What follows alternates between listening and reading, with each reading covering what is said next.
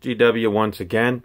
Hey, listen, we're counting down some of the most craziest horror films that I've ever seen. This one is no exception. This is I Spit on Your Grave from 1978. This film is one of those video nasties that you're going to read about if you ever read about horror films. This one is up there, and there's a good reason for it. You see the tagline right there. It says, "The woman has just chopped, crippled, and mutilated 4 men beyond recognition, but no jury in America would convict her." There's a reason for that. This film is graphic and in your face, and I give Camille Keaton a lifetime of credit for playing this role here.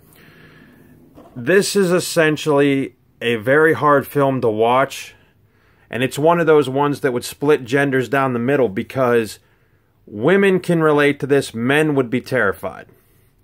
This is about a woman named Jennifer Hills who goes to the country to sort of write a book. She is brutally raped, gang raped I should say, multiple times in this film.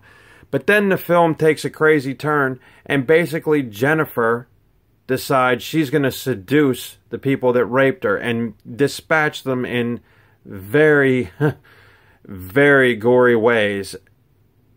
But the film is not for the weak at heart, I will tell you that. This is the Millennium Edition, which I don't even know. This film, up until years ago, was out of print. You could only find it on VHS. This film is, like I said, one of the video nasties, and you will probably be shocked when you see it. I know I have it, and believe it or not, I've watched it maybe 3 or 4 times. My wife, Dawn, actually told me about this film, and I went and checked it out. And it's pro-woman all the way. And the only reason that I'm reviewing this movie is that I think in the end, what happened to the men that raped her is justified. And I'm not saying that in this day and age that's what I do, because I wouldn't. But this is I believe, an Italian film, maybe a Euro horror, I can't remember. But it's subtitled Day of the Woman. Now, this Millennium Edition has the following sort of special features. It actually has where the director has actually talked about this movie, and he basically didn't say anything about it whenever it came out. And it is extremely graphic and violent. I'm going to tell you that right now, ladies and gentlemen. And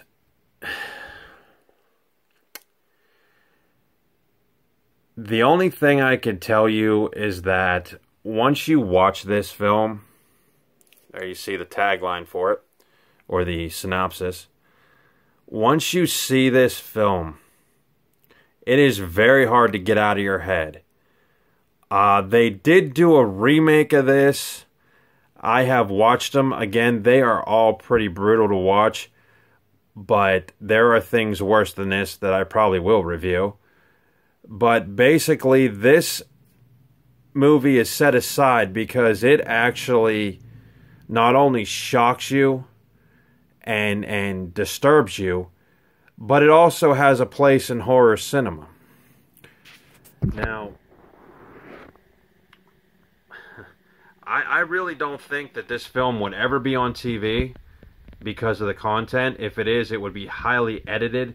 In fact, the reason I give Camille Keaton a ton of credit in this is because in the first hour of the movie, she looks like she's been through hell. And I'm not talking about just the gang rape scene. I'm talking about the director had her walk through the woods.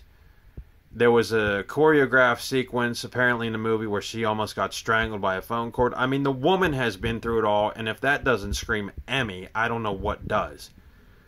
But you decide for yourself. This is a shocking piece of horror cinema. Is it offensive? Yes. Is it repulsive? Yes. But it asks the question. It really makes men at the end of this thing, at least me, look at women a different way. A damaged woman is worse than a grizzly bear on acid. I'm telling you right now.